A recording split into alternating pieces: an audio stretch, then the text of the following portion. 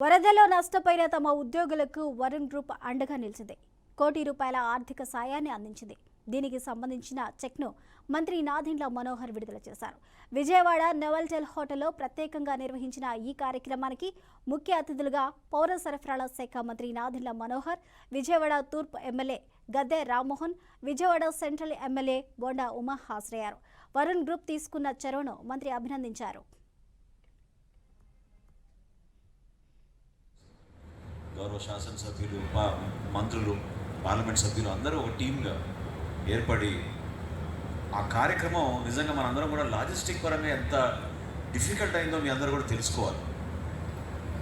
ఎందుకంటే స్పరద మూమెంట్లో మనం కొంతమంది రాజకీయ పరంగా మాట్లాడతారు, కానీ వాస్తవాలు ఏంటో మీలాంటి వారు ఎవరైతే సఫర్ అయ్యారో మీకు కూడా తెలుసు. రోజుకి 32 లక్షల వాటర్ బాటిల్స్ ఇచ్చాం.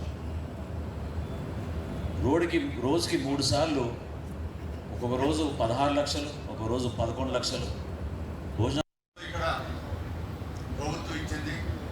అది పూర్తిగా వాళ్ళకి మొత్తం రికవర్ అయ్యే పరిస్థితి లేదు. కానీ ఇక్కడ ప్రభు కిషోర్ గారు నాకు పొద్దున సత్యనారాయణ గారు చెప్తే నేను చాలా అనుకున్నాను.